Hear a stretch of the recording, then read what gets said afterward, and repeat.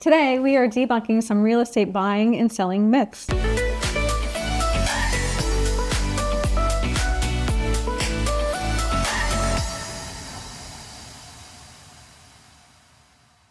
Hi there, we are Denise and Marc, a husband and wife real estate team in the Greater Moncton area. And today we're talking about myths in our industry. The real estate market is constantly changing and evolving, so some of these myths may have been true at one time, but as things change, they've just become outdated and in some cases can even be detrimental to your real estate goals. So let's talk about selling myths. A common perception in real estate is that you should price your home high enough to leave room for negotiations and still end up with what you want in your pocket. Now, more than ever, this is not true. With so much information available at your fingertips, today's buyers are savvy and well educated about market values. When they come across a property that seems overpriced compared to similar listings, instead of sparking interest, they're actually more likely to be deterred. If buyers are discarding your home, you'll get less showings and it will make it much more difficult to sell. And that poses another problem, which is days on market. In general, a properly priced home will sell in a reasonable amount of time, depending on market conditions. When buyers see a home that's been sitting on the market for longer than average, it can make them question why and give them the perception that there must be something wrong with it. Sellers can also lose negotiation power because buyers' perception of the home's value tends to decline as the days on market increase. So pricing a home is not an exact science, but using historical data, adjusting for current market conditions, and comparing your home to recently sold similar listings in your immediate area is your best chance of pricing properly. And if it's priced properly, rather than deter potential buyers, you'll instead spark their interest, which will hopefully result in more showings and great offers. While certain renovations can increase a home's value, not every improvement will provide a full return on investment. Some improvements might only appeal to a niche market, and personal preferences can vary.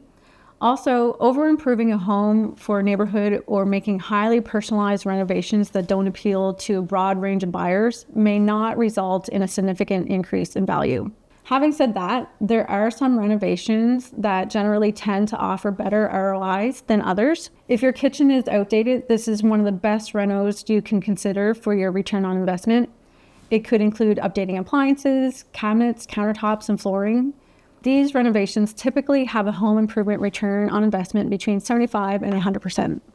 And similar to kitchens, updated bathrooms are attractive to buyers and considered one of the best renovations to do before selling. The best way to decide where to start is to see where your eye is drawn to when you enter the room. Is it the bathtub, the shower, the tile backsplash? Whatever it is, you'll have a better idea where to start. Painting is generally considered one of the most cost-effective and high-impact home improvement projects. The job should be done neatly and professionally in colors that aren't too bold. Similar to paint, flooring can be another fairly cost-effective way to increase your home's value. And something important to note is that it's not necessarily about the material used, but the quality of the installation. So it's best left to the professionals to do. If your basement is unfinished, converting it into a usable living space can definitely add value. And finally, stepping outside, first impressions matter, so looking at curb appeal and enhancing your home's exterior with landscaping, a new front door, or a fresh coat of paint can also make a big difference. It can be one of the simplest ways to modernize your home's exterior and boost its value.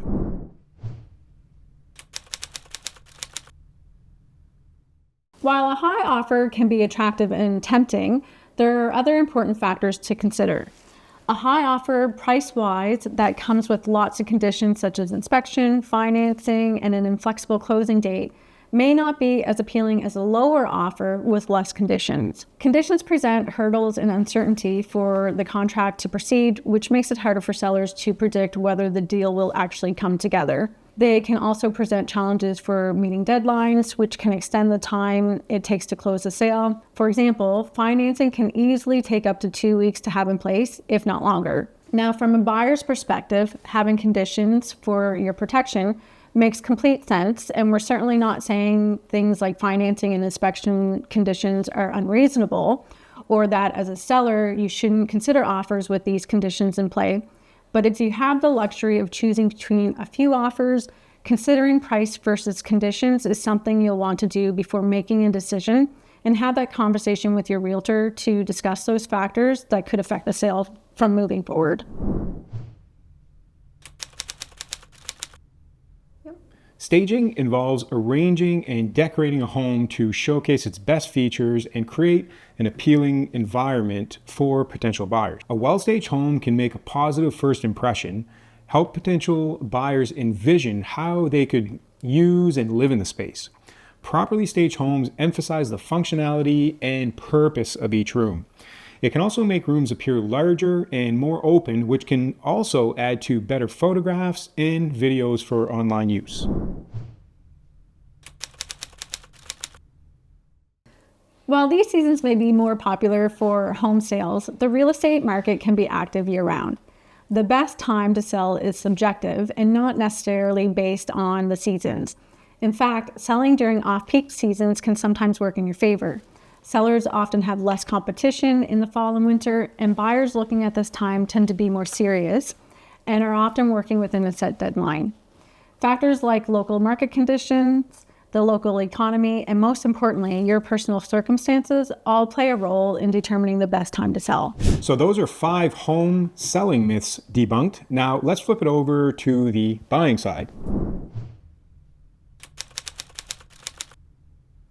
This myth is not entirely false, but in many cases, there are different ways home buyers can qualify for a mortgage with less than 20% of the purchase price as a down payment. One way is to take advantage of the federal government program for first-time home buyers, where they will match your 5% down payment for a total of 10%, or even up to matching 10% for new construction. But there is a catch here, and I highly recommend doing your research and speaking to your lender about the pros and cons of this program. First of all, it's not a grant, it's a loan. It has to be paid back in full within 25 years or when you sell the home. And the catch, that amount you need to pay back is the same 5 or 10% you borrowed, but on the current market value of your home. If you consider how much a home can appreciate in 25 years, you may be paying back a lot more than the initial amount. They've recently put a cap of 8% of appreciation per year you need to repay, but depending on how quickly you can repay it, it may still end up costing you quite a bit of money. Another more common way is simply by qualifying with the lender based on your credit score and debt ratio. Keep in mind that this doesn't come without a cost either. A mortgage with less than a 20% down payment must be insured with mortgage default insurance in order for the lender to be protected should you default on the mortgage. The premium on this insurance can be quite hefty. It could be up to 4% of the mortgage amount. Luckily, it can generally be added to the mortgage payment rather than having to pay it all in one sum. But of course, this makes your mortgage payment higher. While a good credit score can get you a better rate, you don't need perfect credit to buy a home. Credit is certainly one of the factors, but there are lenders out there with options for less than ideal credit situations. Along with your credit score, another important element that the lender will look at is your debt ratio. They'll look at how much debt you carry along with your monthly expenses compared to your income to calculate how much you can comfortably afford. Unless you have a down payment of at least 20% of the purchase price, the percentage of debt versus your income should be under 44%. And we just want to give a quick shout out to the mortgage experts in Dieppe for helping us out on these last 2 myths. We just wanted to make sure we had all our facts perfectly straight. So if you'd like to get in contact with them, just drop us a line and we'd be happy to get you in touch with them. Trying to time the market perfectly is nearly impossible. Market conditions are constantly changing, and waiting for the perfect time may cause you to miss out on opportunities. There really is no such thing as the ideal time to buy a home. So if your goal is to wait until the conditions are just right, you might be waiting for a long time. For example, over the last 6 months, we've heard many times that clients want to wait until interest rates decrease. But on the other side of this, once interest rates decrease, could be more competition, and as a result, missed opportunities and increased prices. Instead, focus on your financial readiness and long-term goals. While it's natural to want the best deal, it's important to remember that real estate is a long-term investment. Prices will fluctuate, but over time, property values generally appreciate. It's more about buying a home that suits your needs and doing it when it aligns with your goals and your financial situation. While negotiation is a standard part of the home buying process, assuming that every seller will negotiate significantly on the price can be a mistake.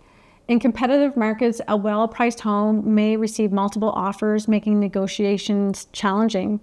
In a seller's market where demand exceeds supply, sellers may have the upper hand and may be less inclined to negotiate. And vice versa for a buyer's market. Buyers may be a little more firm about how much they're willing to pay. We have been in a seller's market for some time now, and we have seen lots of multiple offers. When this is the situation, you should go in assuming that you will not get another chance to negotiate. While it's true that many real estate offers involve negotiations, there is no universal rule that the first offer is always negotiable, and in no way the seller is obligated to negotiate. Just because you qualify for a certain loan amount doesn't mean you should max out your budget. Consider your lifestyle, future financial goals, and potential changes in income. Make sure you're comfortable with your monthly mortgage payments. Buying at the top of your budget can cause you to end up overextended because a significant portion of your income may end up going towards mortgage payments, property taxes, insurance, and maintenance costs. It can also limit your financial flexibility and pose a threat of becoming house poor. Unexpected expenses, job changes, or economic downturns can create financial challenges if a large portion of your income is tied up in housing costs. Instead of focusing solely on the maximum amount you can borrow, develop a budget that considers all of your monthly expenses, ensure you account for an emergency fund, review your long-term financial goals, and take into account your comfort level.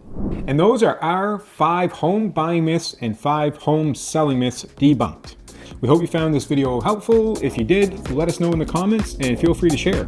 We are Denise and Marc. Thanks for watching, and we'll see you next time.